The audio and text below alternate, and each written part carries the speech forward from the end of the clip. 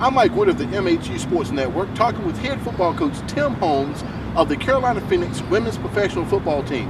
Welcome to the MHE Sports Network, Coach Holmes. Thank you for having me. Well, Saturday night, right here on this field, you defeated the Philly Firebirds by a score of 20-14. Now, it was a tough game. It was physical.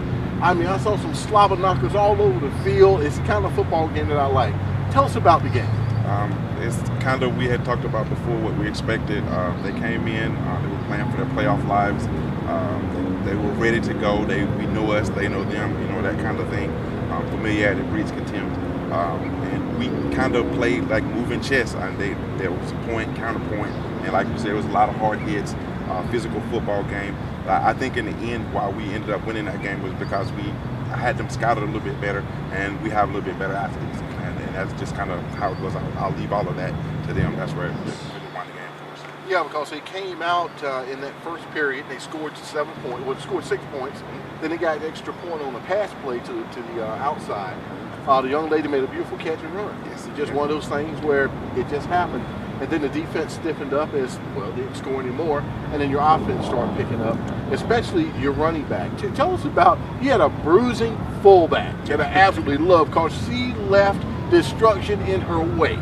Tell us about her. Uno. She's one of the rare players that actually played in Little League and in high school. She played at the high school, and her mother and father had to fight for her to have the ability to play with the boys.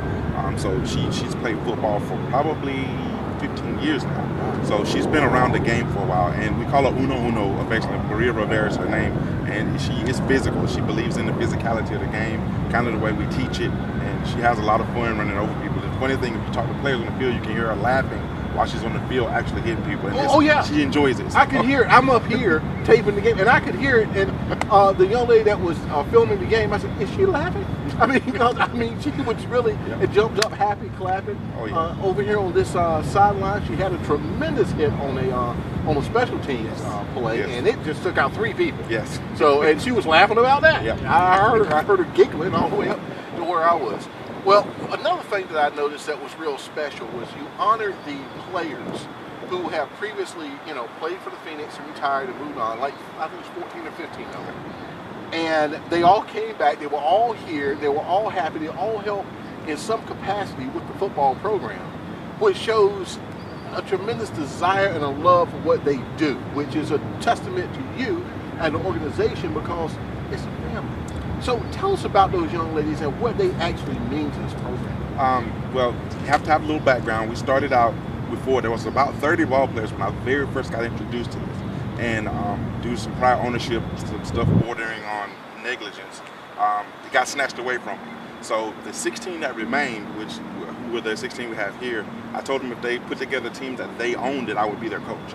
They always had me, they didn't have to worry about it. And they put it together. So the league didn't want to let us in because we only had 16 girls, and we had a 6-game schedule. So they figured we'd be all injured and we'd be able to make our schedule.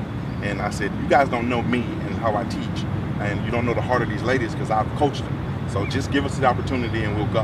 And they came out and we lost the very first game. We went all the way to Shreveport, Louisiana and played in the Liberty Bowl. And we lost our first game 24-6. But in that game, we found what we needed to learn because it was their first time playing football together.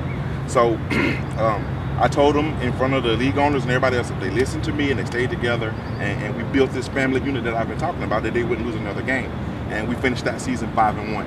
And that's just the special thing about it is that those girls fought together, they stayed together, and they believed and bought into the family ideal that I put forth out here. And it's just a special thing that they have a place in my heart, and it's what took me from coaching men to coaching women, period, because that's all I coach now, is their love for the game, their desire to get better, the energy they put forth out there, and just their ability to learn and the capacity to be a family. And that's what we are. So, they always got a special place in my heart. Yeah, I tell you, it was really heartwarming to see that. I mean, they really, they love this football team. They love this football team.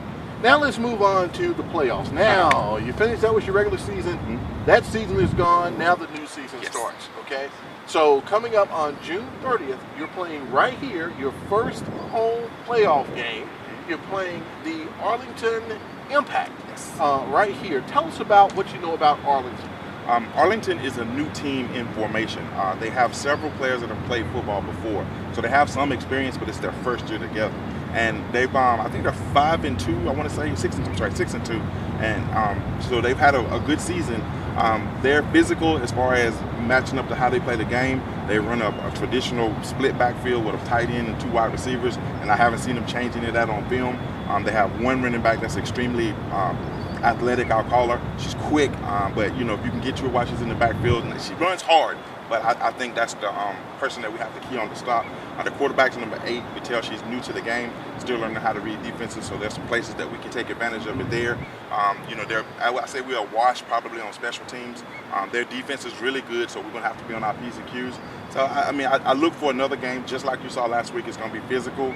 It's probably going to be 6-8 points that win the game, and it's going to be 2 or 3 plays throughout the game that make the difference in it. And I think we'll make those plays because of our experience. And I tell you, another good thing about it is if you can pull off that win on the 30th, then you have another playoff game here again. 2 playoff games in Durham, North Carolina. Yes.